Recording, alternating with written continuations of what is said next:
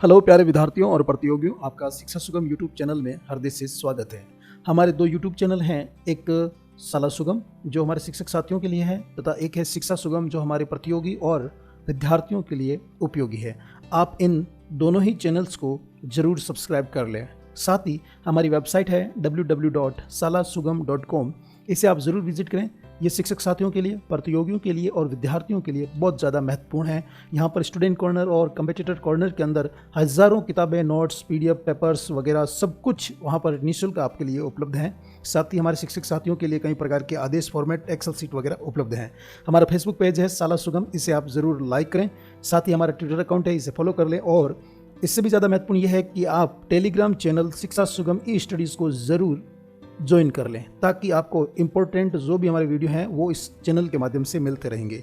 अगर आपको हमारा चैनल अच्छा लगता है तो आप इसे लाइक कर लें, शेयर करें और सब्सक्राइब करना नहीं भूलें। तो शुरू करते हैं आज का टॉपिक।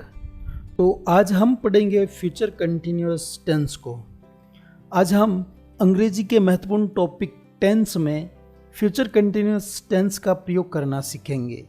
यहाँ हिंदी के सेंटेंस को हिंदी से इंग्लिश बनाने के रूल्स को अधिक आसान तरीके से यूज़ करना तथा फ्यूचर कंटिन्यूअस टेंस में आने वाले सभी प्रकार के टेंस सेंटेंस, जैसे अफर्मेटिव है, नेगेटिव है, इंट्रोगेटिव है या WH वर्ड टाइप के जो इंट्रोगेटिव सेंटेंस है आदि को अधिक डिटेल में एग्जाम्पल के साथ समझने का हम प्रयास करेंगे। आप अपने पास में नोटबुक लेकर के ज़रूर बैठें, जो भी इम्पोर्टेंट चीज़ आती है उसे आप नोट करते जाएं।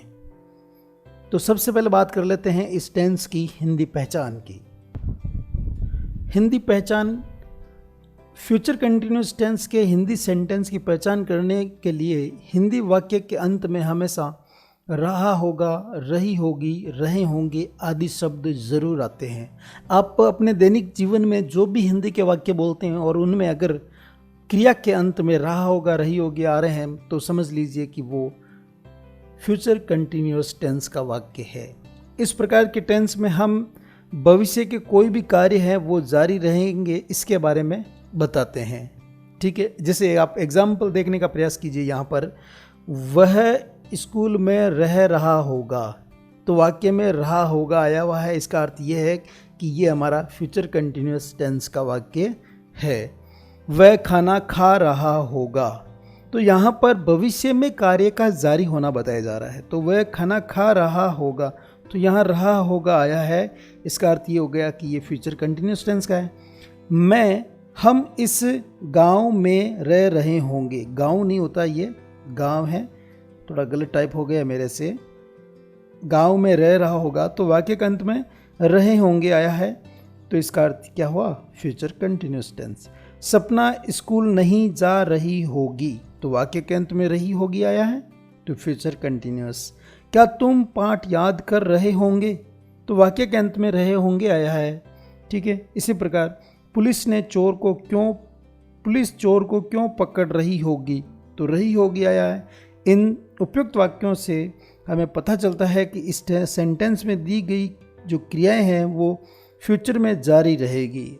इसलिए हम कह सकते हैं कि ये जो सेंटेंस है ये फ्यूचर कंटिन्यूअस टेंस के हैं।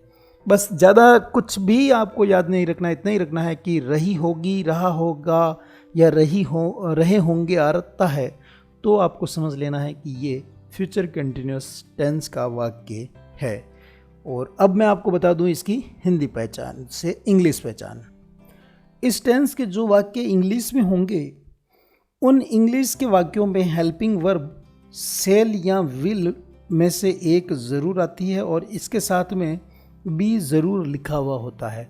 आपने सिंपल फ्यूचर पढ़ा था, वहाँ सेल और विल होता था, लेकिन फ्यूचर कंटिन्यूअस टेंस के अंदर क्या रहेगा? बी ज़रूर आता है। ये हमारे फ्यूचर कंटिन्यूअस टेंस को सिंपल फ्यूचर टेंस से क्या करती है? अलग करती है। ठीक है, तो यहाँ भी आता है। ठीक है, ये हो गई एक इसकी इंग्लिश पहचान। दूसरा ये है कि इसके जो अंग्रेजी वाक्य है उसमें वर्ब की फर्स्ट फॉर्म के साथ ING ज़रूर आता है, जैसे गोइंग। ठीक है, तो यहाँ वर्ब के फर्स्ट फॉर्म के साथ क्या है? ING। ये इसकी हो गई इंग्लिश पहचान। और अब हम बात करते हैं इसके अफर्मेटिव सेंटेंस के प्रकार के बारे में। अफर्मेटिव सेंटेंस का निर्माण कैसे होगा, क्या इसकी रूपरेखा रहेगी, इन सभी के बारे में हम बात करेंगे। तो देखते हैं आगे। देखिए, मैंने आपको पिछले जो वीडियो हैं अपने विभिन्न प्रकार के टेंस के बारे में, उसमें मैंने बताया था कि आपको किसी भी वाक्य का फॉर्मूला बनाने में कन्फ्यूज़न नहीं रखना है। हमेशा ध्यान रखें S plus V plus O, इन 3 अक्षरों से ही पूरे वाक्य का निर्माण होता है, एक वाक्य के फॉर्मूले का निर्माण होता है। ठीक है, जिससे कि आप देख पा रहे हैं यहाँ सब्जेक्ट है, V वर्ब है, O ऑब्जेक्ट है। ठीक है, अब ये जो वर्ब है इसको यहाँ मैंने 2 भागों में डिवाइड कर दिया है। एक होती है हमारी हेल्पिंग वर्ब और एक होती है हमारी मेन वर्ब। ठीक है, तो हेल्पिंग वर्ब जैसे कि मैंने आपको इस टेंस की इंग्लिश पहचान में बताया था कि शेल या विल प्लस बी इसकी क्या होती है, हेल्पिंग वर्ब या ऑक्सिलरी वर्ब होती है। और इसकी मेन वर्ब होती है वर्ब की फर्स्ट फॉर्म प्लस आईएनजी, ये इसकी क्या हो जाएगी, मेन वर्ब हो जाएगी। बस आपके सभी जो टेंस है उनको मैंने एक ही सीक्वेंस में पढ़ाया है, तो आपको ज़्यादा कन्फ्यूज़न रखने की ज़रूरत नहीं है। बस ये 2 चीज़ें ही आपको ध्यान में रखनी है कि हेल्पिंग वर्ब क्या आएगी और इसकी मेन वर्ब क्या आएगी। ठीक है, तो इसका जो फॉर्मूला कैसे बनेगा, सब्जेक्ट प्लस सेल या will plus be plus verb की first form plus ING plus object plus others. कोई कन्फ्यूज़न नहीं है, आप इजी गोइंग में इसको याद कर सकते हैं बहुत ही सरलता से।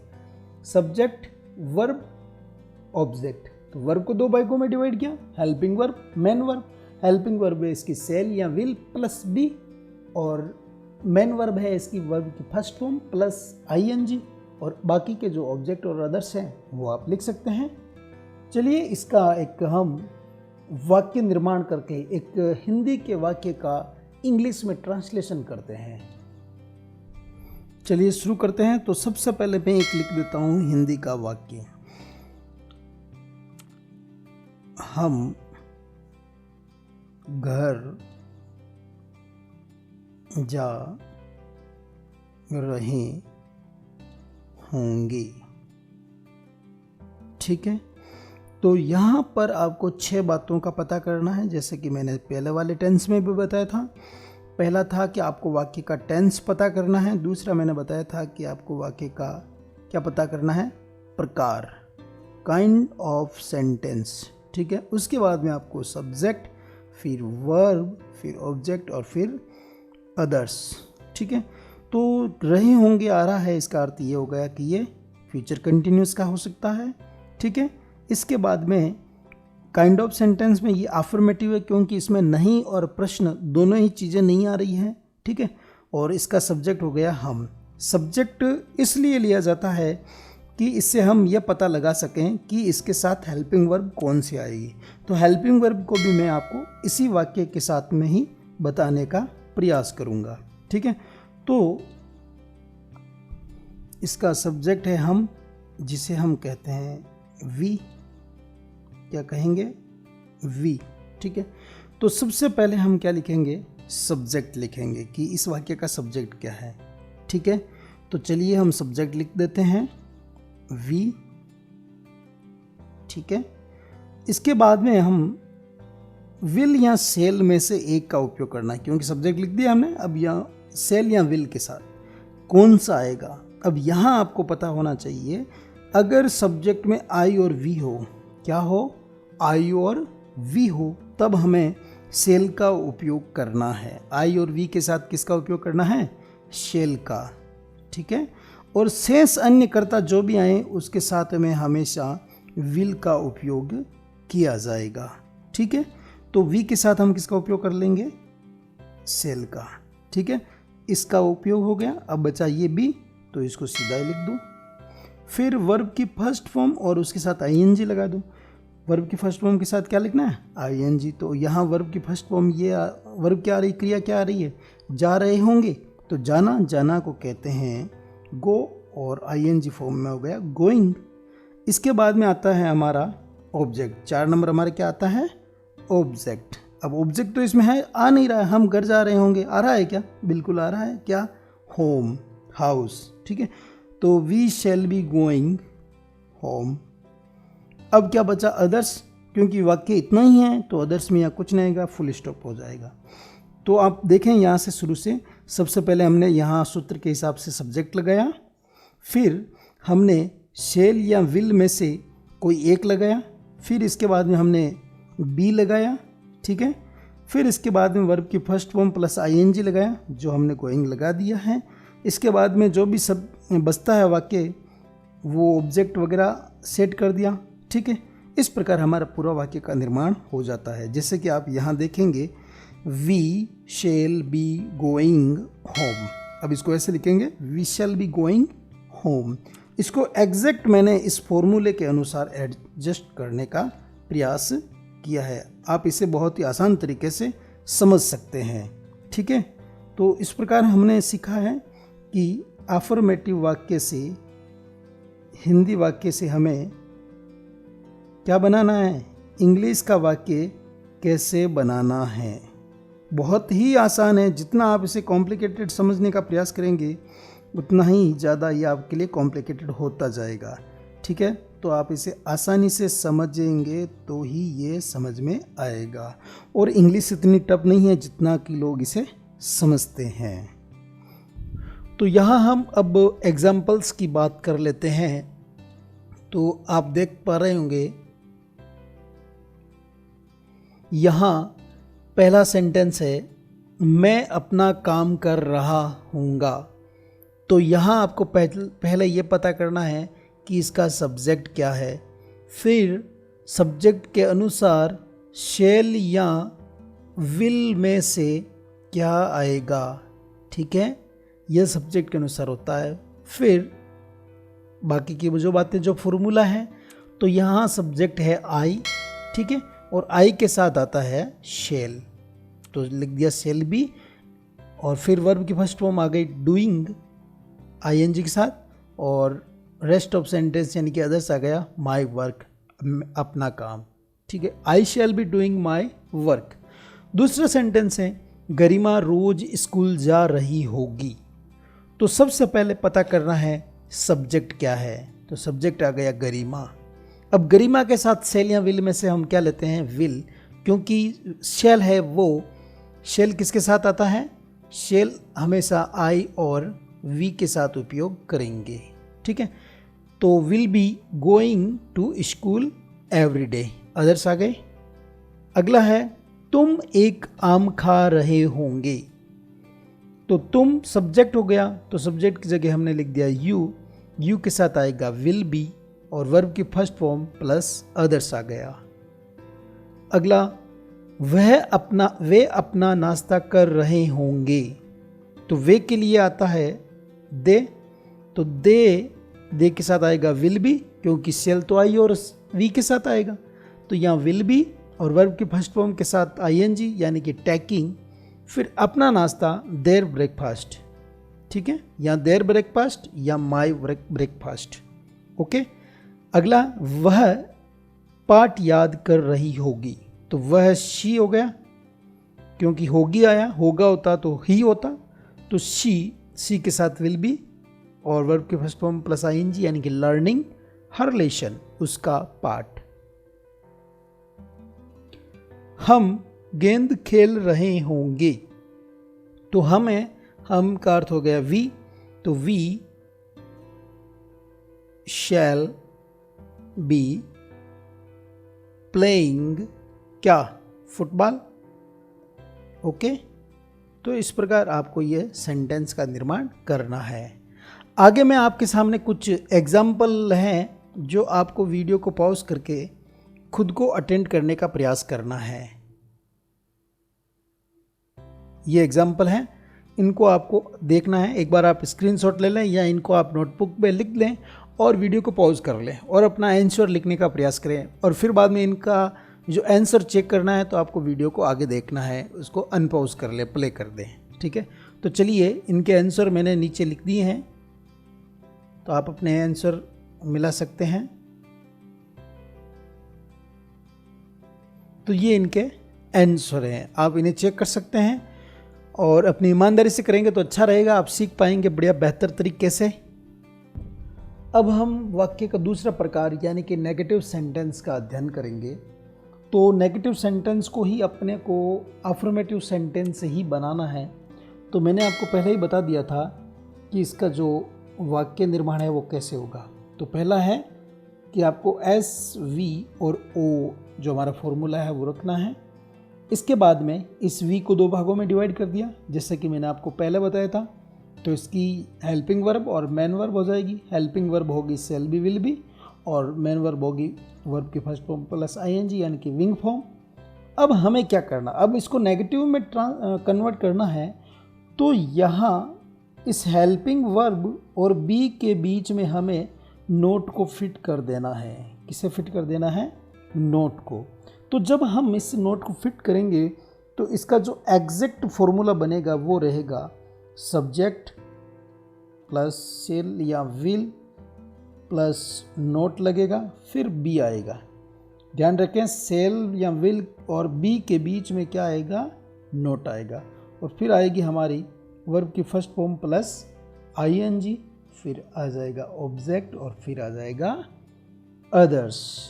तो ज़्यादा कुछ भी नया नहीं है, नया इतना ही है कि शेल या विल और बी के बीच में हमें क्या फिट कर देना है? यहाँ पर नोट को।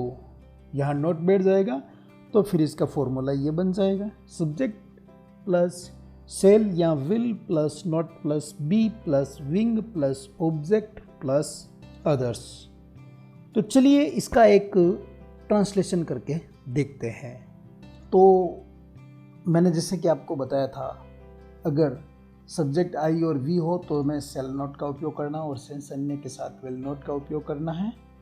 ठीक है, तो ये हो जाएगा आई और वी के साथ। इसके बाद में दूसरे यहाँ देखें, अगर वाक्य में कभी नहीं का प्रयोग हुआ हो तो मेन वर्ब तथा बी से पहले यानी कि यहाँ इस नोट के जगह नेवर लिखते हैं और नोट का प्रयोग वहाँ नहीं किया जाएगा, क्योंकि नेवर है वो नोट के अर्थ में ही होता है।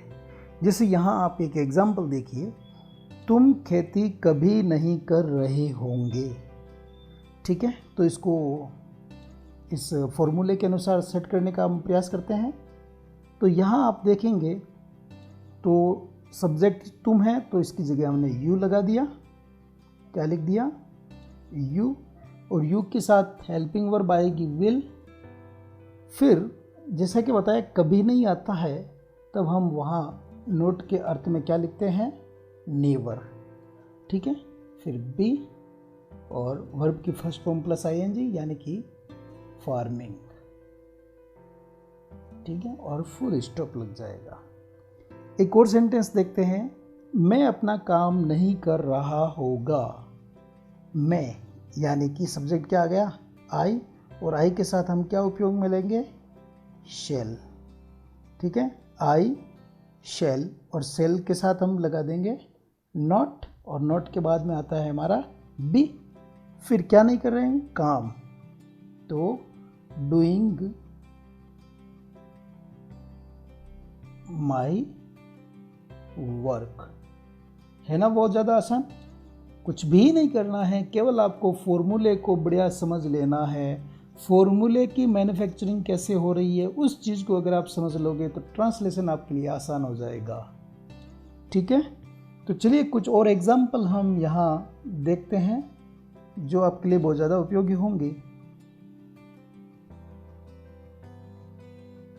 तो यहाँ आप देखिए अगला वाक्य, गरिमा रोज स्कूल नहीं जा रही होगी। तो सब्जेक्ट हो गया गरिमा। सब्जेक्ट क्या हो गया? गरिमा। गरिमा के साथ आ जाएगा विल नॉट बी। क्यों? क्योंकि गरिमा क्या है? थर्ड पर्सन, और वर्ब की फर्स्ट फॉर्म आ जाएगी गोइंग। कहाँ नहीं जा रही है? To school. ये हो गया हमारा ऑब्जेक्ट, और अदर्स में आ गए एवरीडे। गरिमा रोज स्कूल नहीं जा रही होगी। अगला देखते हैं, तुम एक आम नहीं खा रहे होंगे। तो तुम के अर्थ में हो जाएगा यू, यू, और यू के साथ आता है विल नॉट बी, और खा रहे होंगे तो ईटिंग क्या, ए मैंगो, ये ऑब्जेक्ट हो जाएगा। ठीक है, वे अपना नाश्ता नहीं कर रहे होंगे, तो वे के अर्थ में हम क्या लिखते हैं, दे, और दे के साथ वर्ब आती है, हेल्पिंग वर्ब आती है विल, और नॉट, फिर नॉट के साथ क्या लगाएंगे, बी।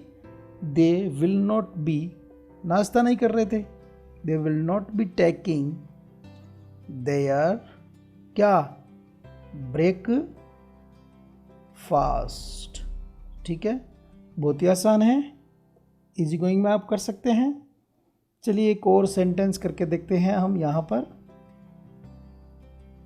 और इस बार ये लेते हैं, वह पाठ याद नहीं कर रही होगी, तो होगी आया तो वह के अर्थ में हम लेंगे शी, क्या लेंगे, शी, और सी के साथ आपको जैसे कि पता ही है क्या आता है, will not be, she will not be learning, LEARNING, she will not be learning her lesson.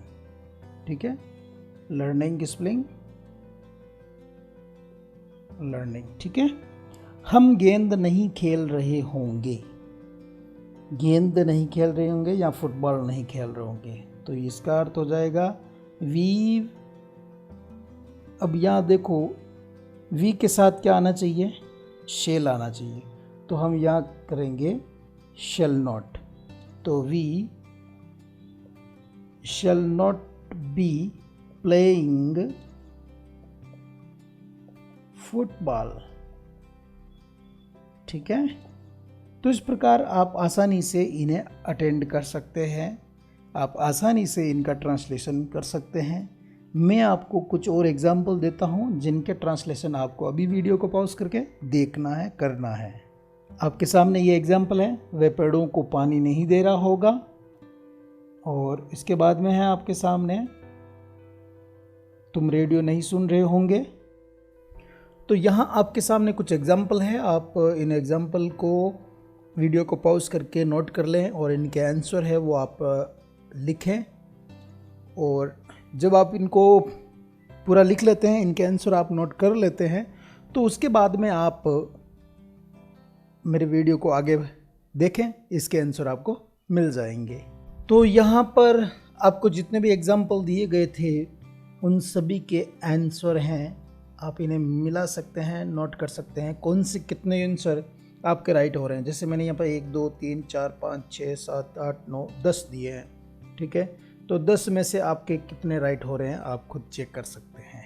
ठीक है, चलो आगे बढ़ते हैं। चलिए अब बात करते हैं हम इंट्रोगेटिव सेंटेंस के बारे में, यानी कि प्रश्नवाचक वाक्य के बारे में। तो प्रश्नवाचक वाक्य हैं वो 2 प्रकार के होते हैं। ठीक है, प्रश्नवाचक वाक्य ये 2 प्रकार के होते हैं। 2 प्रकार के कौन से? एक तो वो जो HV से शुरू होते हों, किसमें? इंग्लिश में। ठीक है, और हिंदी में उनके बीच में क्या आता है? क्या नाम का एक शब्द है वो जरूर आता है। क्या तुम बाजार जा रहे होंगे? क्या मोहन पुस्तक पढ़ रहा होगा? तो इस प्रकार क्या, और इनके जो आंसर है वो आंसर उत्तर वो हाँ या नहीं में दिए जाते हैं। ठीक है, ये तो हो गया हमारा पहला टाइप, पहला प्रकार। दूसरा प्रकार ये कि ऐसे इंट्रोगेटिव सेंटेंस जिनमें प्रश्नवाचक शब्द है वो वाक्य के बीच में या वाक्य के पहले जरूर आता है। जैसे कौन बाजार जा रहा होगा, मोहन बाजार कब जा रहा होगा, मोहन कहाँ जा रहा होगा, मोहन क्या कर रहा होगा। ठीक है, तो बीच में भी ऐसे शब्द जरूर आते हैं। ठीक है, तो चलिए पहले इंट्रोगेटिव सेंटेंस टाइप 1 देख लेते हैं। टाइप 1 बहुत ही आसान है, इतना कोई डिफिकल्ट नहीं है। यहाँ पर हेल्पिंग वर्ब है वो पहले आ जाएगी सब्जेक्ट के। ठीक है, चलिए देखिए, मैंने आपको कॉमनली बताया था subject plus verb plus object, subject plus verb plus object होता है। तो यहाँ देख सकते हैं आपका सब्जेक्ट वर्ब प्लस ऑब्जेक्ट है। फिर इस वर्ब को मैंने 2 भागों में डिवाइड कर दिया था, हेल्पिंग वर्ब और मेन वर्ब। अब हेल्पिंग वर्ब इसकी शैल बी और विल बी, और मेन वर्ब इसकी हो गई वर्ब की फर्स्ट फॉर्म प्लस आईएनजी। ठीक है, अब आगे क्या करना, ये तो हमारा हो गया था सिंपल सेंटेंस या सिंपल फॉर्मूला एक। अब आगे क्या करना है कि ये जो शैल बी या विल बी है, ये शैल बी या विल बी के अंदर जो शैल और विल है ये इस सब्जेक्ट की जगह आ जाएंगे, और ये सब्जेक्ट है वो रिप्लेस हो जाएगा शैल या विल से। देखिए कैसे रिप्लेस होता है, यहाँ देखिए आप, जैसे ये शैल या विल थे, ये शैल और विल कहाँ आ गए, ये शैल और विल थे वो इस सब्जेक्ट से पहले आ गए, यहाँ सब्जेक्ट की जगह आ गए, सब्जेक्ट शैल विल की जगह आ गया। तो आप देख सकते हैं यहाँ से शैल विल सीधे यहाँ आ गए, और सब्जेक्ट था वो शैल विल के बाद में आ गया। तो इसका सिंटेक्स या फॉर्मूला क्या बना, इसका फॉर्मूला बना शैल या will plus subject plus be plus verb की first form plus ING object plus others. ठीक है, कोई डिफिकल्टी नहीं है, कुछ भी हार्ड वाला ऐसा कुछ नहीं है। जो हमारा अफर्मेटिव सेंटेंस का फॉर्मूला था उसी अफर्मेटिव सेंटेंस के फॉर्मूले से ही हमने इंट्रोगेटिव सेंटेंस का फॉर्मूला बनाया है। हुआ क्या, शैल या विल भी थे उनको रिप्लेस कर दिया सब्जेक्ट से, और सब्जेक्ट को रिप्लेस कर दिया शैल विल से। ठीक है, तो फॉर्मूला बना शैल या will plus subject plus be plus verb की फर्स्ट फॉर्म प्लस ऑब्जेक्ट और अदर्स। चलिए इसका एक और हम देखते हैं एग्जाम्पल।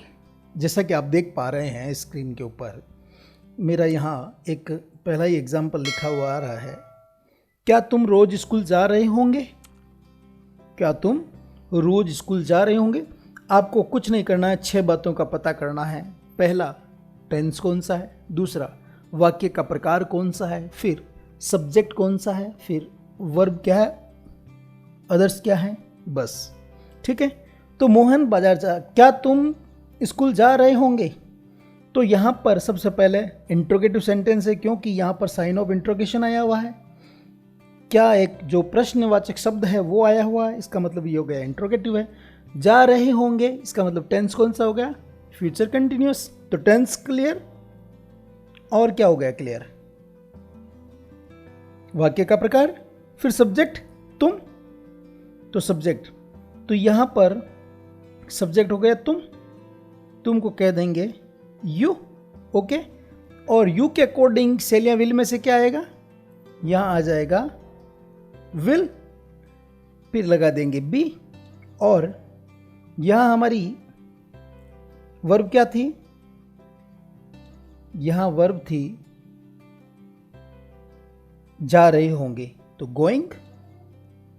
गोइंग ऑब्जेक्ट क्या होगा, टू स्कूल, टू स्कूल, और अदर्स क्या हो गए, everyday, EVERYDAY, sign of interrogation. तो will you be going to school every day. तो इस प्रकार आपको सरलता से अपने सेंटेंस बनाने हैं। जैसे क्या प्रिया गाना गा रही होगी, तो इसका क्या होगा, तो प्रिया के लिए हेल्पिंग वर्ब आएगी विल। ठीक है, फिर सब्जेक्ट आएगा प्रिया, विल प्रिया आ गया सब्जेक्ट, फिर बी लगाएंगे, विल प्रिया बी, फिर वर्ब यानी कि सिंगिंग, विल प्रिया सिंगिंग, गाना गा रही होगी, सिंगिंग ए सॉन्ग, और साइन ऑफ इंट्रोगेशन। तो इस प्रकार इजी गोइंग में आप ट्रांसलेशन कर सकते हैं। चलिए यहाँ मैं आपको और भी एग्जाम्पल दिखाता हूँ। जैसे आप देखिए, will Priya be singing a song, बन गया। क्या तुमने अपना पाठ याद कर रहे होंगे, तुमने का नहीं होगा, यहाँ पर हम लिखेंगे तुम। क्या तुम अपना पाठ याद कर रहे होंगे, तो will you be learning your lesson. क्या वे किताबें लिख रहे होंगे, तो will they be writing a book. क्या मैं सो रही होगी, शैल आई बी स्लीपिंग। तो शैल किसके साथ आएगा, सेल आएगा वी के साथ, सेल आएगा आई के साथ और व्हील आएगा बाकियों के साथ। ठीक है, चलिए अब बात करते हैं कुछ और एग्जाम्पल्स की। ये एग्जाम्पल्स आपको नोट करने हैं। इन एग्जाम्पल्स के आपको क्या करना है, ट्रांसलेशन करना है। क्या करना आपको, ट्रांसलेशन। तो यहाँ आपके सामने टोटल 10 सेंटेंस है। ठीक है, 10 सेंटेंस में आपके कितने सेंटेंस राइट होते हैं, आप वीडियो को पॉज करके इनके पहले आंसर लिखें, फिर आप वीडियो को प्ले करें। तो प्ले करेंगे तो मैं अगले स्टेप पे आपको बता रहा हूँ इनके आंसर। तो चलिए देखते हैं इनके आंसर। तो ये इनके हो गए आंसर। ठीक है, अब आपको पता करना है कि इसमें से आपके 10 में से कितने राइट हो रहे हैं। ठीक है, चलें आगे। अब बात करते हैं हम WH वर्ड टाइप के क्वेश्चन के बारे में। यहाँ आप देखिए, ये टाइप 2 के इंट्रोगेटिव सेंटेंस हैं। यहाँ ज़्यादा डिफरेंशिएट कुछ भी नहीं है, केवल और केवल जो सेल विल था उसके आगे यानी कि फर्स्ट ऑफ ऑल आपको WH वर्ड है, जो क्वेश्चन वर्ड है, उनको वहाँ पर एडजस्ट कर देना है। ठीक है, आपके जो भी प्रश्नवाचक शब्द हैं उन्हें वहाँ पर एंटर करना है। ये चीज़ें मैंने आपको बता दी। सब्जेक्ट, वर्ब और ऑब्जेक्ट होता है। वर्ब को 2 भागों में डिवाइड किया जाता है और इसकी हेल्पिंग वर्ब होगी सेल या विल प्लस बी और वर्ब की फर्स्ट फॉर्म प्लस ING। चलिए आगे बढ़ते हैं। तो यहाँ तक ये चीज़ें अपन ने देख ली थी। ये मैंने इसको चेंज किया था, वो आपने देख ही लिया था कि हेल्पिंग वर्ब है वो सब्जेक्ट से और सब्जेक्ट है वो हेल्पिंग वर्ब से रिप्लेस हो जाएंगे। और इस प्रकार हमारा फर्स्ट टाइप का जो इंट्रोगेटिव सेंटेंस था वो बना था। लेकिन यहाँ से आगे, यहाँ फर्स्ट ऑफ ऑल आपको WH वर्ड या आपका जो प्रश्नवाचक शब्द है उसे इस्तेमाल करना है, उसका उपयोग यहाँ करना है। ठीक है, प्रश्नवाचक शब्द कौन, क्या, कब, कैसे, का, कितना, हाउ मच वाले जो H से शुरू होते हैं वो भी लेने हैं। ठीक है, तो क्वेश्चन वर्ड प्लस विल या shall plus subject plus be plus verb की फर्स्ट फॉर्म प्लस ING और ऑब्जेक्ट, और लास्ट में आपको क्या लगाना है, साइन ऑफ इंट्रोगेशन। देखिए प्यारे विद्यार्थियों, अगर आपको वीडियो अच्छा लगता है तो वीडियो को लाइक ज़रूर कर देवें। आपका एक लाइक बहुत ज़्यादा उपयोगी सिद्ध होगा, इसलिए लाइक ज़रूर कर दें। चलिए आगे बढ़ते हैं। यहाँ हमारे सामने कुछ एग्जाम्पल्स है टाइप 2 के। तो पहला एग्जाम्पल देखते हैं हम यहाँ। वह पिता के साथ बाजार क्यों जा रही होगी। तो यहाँ पर सब्जेक्ट भी है, ऑब्जेक्ट भी है और अदर्स भी हैं। ठीक है, और WH वर्ड टाइप का क्वेश्चन है। तो वह पहले आपको वो जो फॉर्मूला है उसका पता रहना चाहिए, क्या है क्या नहीं है। तो सबसे पहले WH वर्ड है, तो आप देख सकते हैं यहाँ पर Y लिखा हुआ है। ठीक है, और फिर सब्जेक्ट क्या है, जा रही होगी, तो इसका मतलब यहाँ C है और C के साथ हम क्या लिखेंगे, विल लिखेंगे। Y विल, C सब्जेक्ट आ गया। फिर इसके बाद में हम बी लिखते हैं और इसके बाद में वर्ब की first form plus ING। To कहाँ जा रही है, मार्केट, और किसके साथ जा रही है, विद फादर। ठीक है, इस प्रकार आपको ये सेंटेंस कंप्लीट करना है। राम की परीक्षा कब प्रारंभ हो रही है। तो कब के अर्थ में यहाँ क्या उपयोग में लिया है, विल। व्हेन लिया है, when will Ram's examination be beginning. तो यहाँ पर सब्जेक्ट है राम्स एग्जामिनेशन है, केवल राम नहीं है, ध्यान रखें, राम की परीक्षा। ठीक है, तुम ट्रेन से क्यों जा रहे होंगे। तो why will you be going by train. Actual में क्या होता है कि ये जो हमारा फ्यूचर कंटिन्यूअस टेंस है, ये फ्यूचर कंटिन्यूअस टेंस वो बहुत ही कम दैनिक जीवन में उपयोग में आता है, इसलिए आपको ये थोड़ा सा अटपटा भी लगता होगा। जैसे विल बी के बीच में सब्जेक्ट आना, बी के बीच में नोट लगना, ये वगैरह वगैरह। ठीक है, तो इस प्रकार आप इन एग्जाम्पल्स को देख सकते हैं। सपना सुबह अखबार क्यों पढ़ रही होगी, तो why will Sapna be reading newspaper in the morning. Ram America में क्यों रह रहा होगा, तो why will Ram be living in America. वह कहाँ जा रहा होगा, where will he be going. ठीक है, तो इस प्रकार आपको ये एग्जाम्पल समझ में आ गए होंगे। अब यहाँ कुछ आपके लिए प्रश्न मैंने तैयार किए हैं, सेंटेंस हैं, और इन सेंटेंस का आपको क्या करना है, ट्रांसलेशन करना है। और मैंने यहाँ पर 10 वाक्य दिए हैं आपको। आपके कितने वाक्य सही होते हैं, वीडियो को पॉज करें और इनके आंसर नोट करें, और आंसर चेक करने के लिए वापस वीडियो को प्ले करें। तो यहाँ आप देख सकते हैं इनके आंसर मैंने यहाँ नोट कर दिए हैं। तो आप अपना आंसर मिलाएं कि आपके 10 में से कितने जवाब सही हो रहे हैं। How many questions are right. Okay, चलिए आगे बढ़ते हैं। चलिए अब आपको सामान्यतः ये टेंस फ्यूचर कंटिन्यूअस है वो समझ में आ गया होगा। तो अब हम इसी की बेस पर पता करेंगे usages of future continuous tense. Future continuous tense का उपयोग कहाँ कहाँ होता है और कैसी परिस्थितियों में होता है, इसका आज हम अब यहाँ अध्ययन करेंगे। ठीक है, मैं आपको ये चीज़ें पहले इसलिए बताई मैंने ताकि आपको एक टेंस समझ में आ जाए, फिर आपको इसके यूज़ हैं वो इजी गोइंग में समझ में आ जाए। मैं कुछ भी इंग्लिश में लिखूंगा तो वो आप इस टेंस के अनुसार आसानी से समझ सकें। ठीक है, तो चलिए इसका पहला प्रकार देखते हैं। यहाँ देखिए, जो फ्यूचर कंटिन्यूअस टेंस है, future continuous has 2 different forms. इसकी 2 डिफरेंट अलग अलग फॉर्म में इसका उपयोग होता है।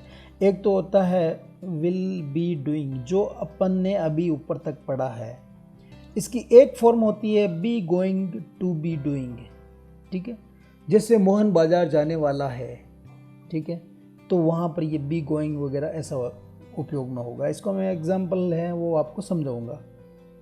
और ठीक है, एक ये प्रकार होगा और एक अलग होगा। अभी अपन यहाँ इस फॉर्म को समझते थोड़ा। Form future continuous with will. तो यहाँ देखिए, वाक्य में एक जगह विल भी आएगा और फिर बाद में प्रेजेंट पार्टिसिपल टेंस आएगा, यानी कि सिंपल प्रेजेंट टेंस भी आएगा। कैसे, इस वाक्य को आप देखें, you will be waiting for हर। ये तो अपन ने जो अभी तक पढ़ा है वो चीज़ें हैं। You will be waiting for her, तुम उसके लिए इंतज़ार कर रहे होंगे। when her plane arrives tonight, जब उसका प्लेन यहाँ पहुँच जाता है, तुम उसका इंतज़ार कर रहे होंगे। मतलब जब उसका प्लेन यहाँ पहुँच जाता है तब तक तुम यहाँ उसका इंतज़ार कर रहे होंगे। तो यह है will be plus present participle. एक और है, will you be waiting for her when her plane arrives tonight. ठीक है ना, देखिए, will you be waiting for her, क्या तुम उसका इंतज़ार कर रही होगी जब उसका प्लेन यहाँ पहुँचता है। ठीक है, will you not be waiting for her when her plane arrives tonight. तो यहाँ कहने का अर्थ ये है कि यहाँ एक टेंस तो आपका आएगा विल बी, यानी कि फ्यूचर कंटिन्यूअस, और इसके साथ में क्या आएगा आपका सिंपल प्रेजेंट। ठीक है, चलिए इसका एक अगला प्रकार है उसको देखते हैं। Form future continuous with be going to. अब वहां अपन ने देखा था क्या कि वहां पर विल बी आ रहा था और उसके साथ में प्रेजेंट पार्टिसिपल था। यहाँ फ्यूचर कंटिन्यूअस के साथ बी गोइंग टू बी आ रहा है। जैसे आप देखिए यहाँ आप देखिए, जैसे मैंने बताया था 2 फॉर्म है इसकी, एक तो विल बी वाली है और एक है बी गोइंग टू वाली, तो यहाँ बी गोइंग टू वाली आ रही है। देखिए दूसरी प्रकार है, you are going to be waiting for her, तुम उसका इंतज़ार करने वाले हो। When her plan arrives tonight, जब उसका प्लान यहाँ पहुँचता है। You are going to be waiting for her when her plan arrives tonight. अब इसका एक इंट्रोगेटिव देखिए, are you going to be waiting for her, क्या तुम उसके लिए इंतज़ार करने वाले हो। व्हेन, जब हर प्लान अराइव्स टुनाइट, उसका प्लान पहुंचता है। फिर इसका ये नेगेटिव हो जाएगा, you are not going to be waiting for her when her plan arrives. तो यहाँ आप देखिए be plus going to be वाला है, ठीक है। उसके बाद में प्रेजेंट पार्टिसिपल है, और वहाँ पर क्या था, विल भी था। तो ये पहला प्रकार मैंने पहले पढ़ा दिया था आपको भी, और ये इसका दूसरा प्रकार हो गया। Remember, it is possible to use either will और being to, be going to create the future continuous with little difference in meaning. ये थोड़ा अलग अर्थ लेने के लिए ही इसका वैसा उपयोग किया जा रहा है, ठीक है। तो ये थोड़ा कुछ इसको अलग इफेक्टिव बताने के लिए ये ऐसे उपयोग इसके किए जाते हैं। अब हम बात करेंगे interpreted action in future. Use the future continuous to indicate that a longer action in future will be interpreted by a shorter action in the future। इसमें एक छोटा सा वाक्य या छोटा सा कार्य है, वो इसको इंटरप्ट करता है। कैसे, इसको आप एग्जाम्पल की सहायता से आसानी से समझ पाएंगे। जैसे यहाँ आप इस एग्जाम्पल को देखिए, आई विल बी वॉचिंग टीवी, मैं टीवी देख रही होंगी। व्हेन शी अराइव्स टुनाइट, जब वो आज रात यहाँ पहुँचती है तब मैं टीवी देख रही होंगी, ठीक है। तो यहाँ पर क्या हो रहा है, दो कार्य साथ में हो रहे हैं। एक कार्य है वो दूसरे कार्य को इंटरप्ट कर रहा है, एक कार्य है वो दूसरे को प्रभावित कर रहा है, ठीक है ना। एक तो हो रहा है प्रेजेंट और एक हो रहा है फ्यूचर में, ठीक है। I will B waiting for you when your बस अराइव्स, जब तक कि तुम्हारी बस पहुंचती है मैं तुम्हारा इंतजार कर रही होंगी, कर रहूँगा, ठीक है। I am going to be staying at the medicine hotel, if anything happens you need to contact me. तो यहाँ पर देखिए दो वाक्य एक साथ आ रहे हैं। I am going to be staying at medicine hotel, ठीक है ना, ये दूसरे प्रकार का बता दिया यहाँ पर।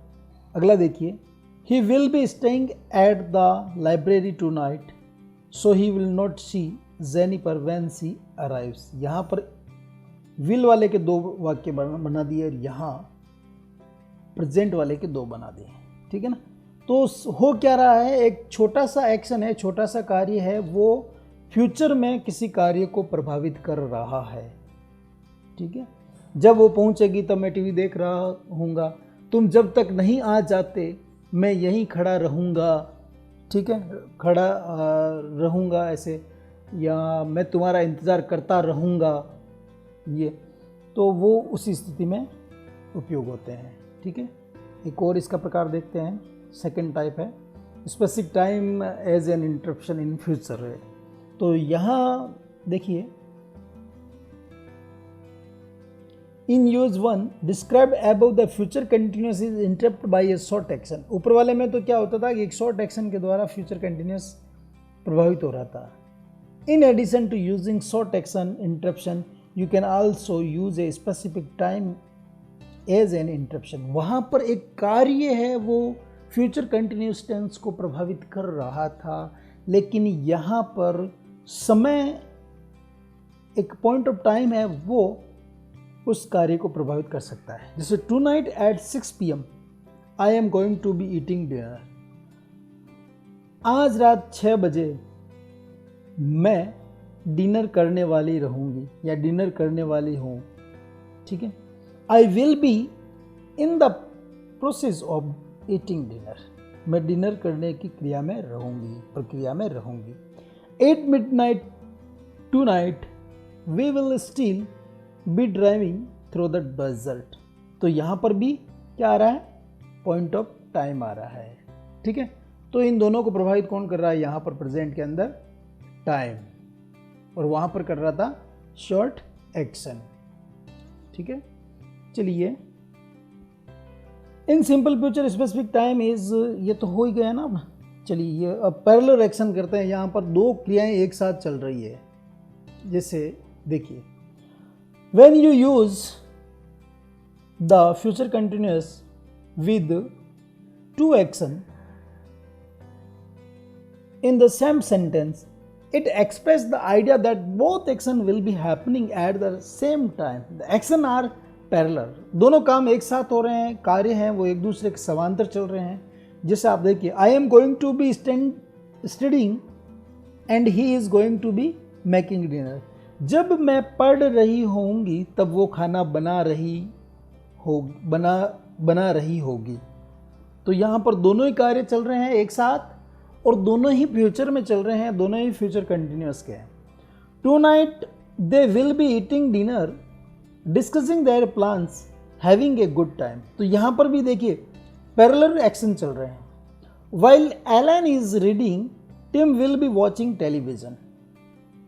जब एलन पढ़ रहा है, Tim will be watching television. तो यहाँ थोड़ा देखिए कन्फ्यूजन है। देखिए नोटिस में मैंने यहाँ लिखा है is reading because of the time clause condition while, ठीक है। इसका एक्सप्लेनेशन है वो मैंने नीचे बताया, वो बताऊंगा आपको।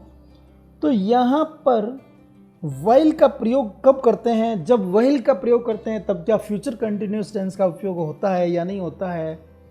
फ्यूचर कंटिन्यूस की जगह उसका प्रेजेंट कंटिन्यूस क्यों आता है, वो मैं नीचे आपको आगे बता रहा हूँ।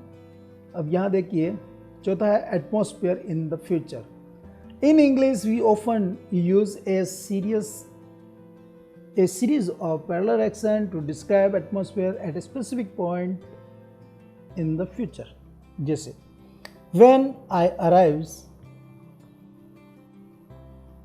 Arrive at the party, everybody is going to be celebrating, some will be dancing, others are going to be talking, a few people will be eating pizza, and several people are going to be drinking beer. They always do the same thing.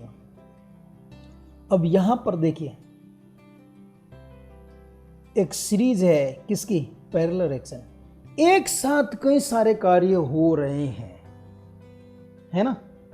तो ऐसी स्थिति में भी हम किसका उपयोग करते हैं, फ्यूचर कंटिन्यूअस का। जैसे यहाँ आपको किसी का वर्णन करवा रहा, जैसे फ्यूचर की बातों का, कि वो वहाँ, जैसे जब मैं वहाँ पहुँचूँगी तब वो वहाँ ये कर रहा होगा, वो ये कर रहा होगा, वो डांस कर रहा होगा, वो गाने गा रहा होगा, ऐसे। तो वहाँ एक कार्यों की एक सीरीज़ बन जाती है। अब यहाँ टाइम क्लॉज वगैरह भी होता है, तो उसके लिए भी क्या क्या है वो मैं बता दूँ आपको, कि जब भी टाइम क्लोज होगा तब फ्यूचर टेंस का उपयोग नहीं होगा। जैसे देखिए, like the all future tense, future continuous can not be used in clause beginning with the time expression such as when, while, before, after, by the time, as soon, if, unless आदि। Instead of future continuous, present continuous will be used. Okay, तो यहाँ क्या करना है, जब भी time close होगा और when, while, before, after, by the time, as soon, as, if, unless, ये जब भी शब्द आएंगे तो वहाँ हमें फ्यूचर कंटिन्यूअस टेंस का उपयोग नहीं करना है, वहाँ हमें प्रेजेंट कंटिन्यूअस टेंस का उपयोग करना है। इसीलिए मैंने ऊपर आपको बताया था इज रीडिंग वहाँ आएगा।